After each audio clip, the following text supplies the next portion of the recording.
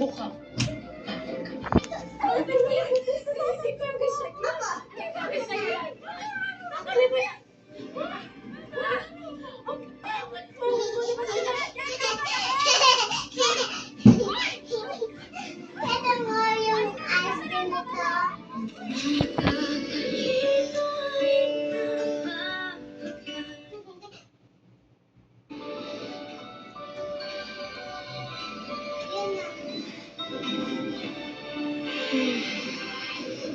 Ang pinakamainit na balita ngayong Sabado.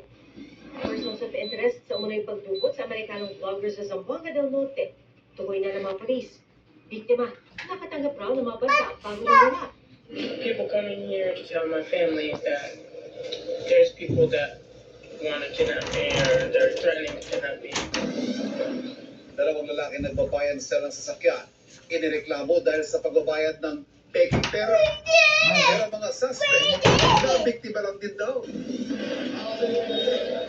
JM Bravo na LTU pilot nawala ng malay sa gitna ng laro sa Arellano East sa NCAA Season 100. Mga batiko si Vice President Sara Duterte laban kay Pangulong Marcos.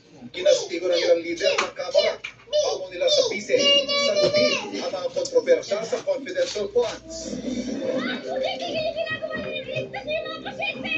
At matapos ang abot kamay na pangarap, what's next for Jillian Ward? Nakikita.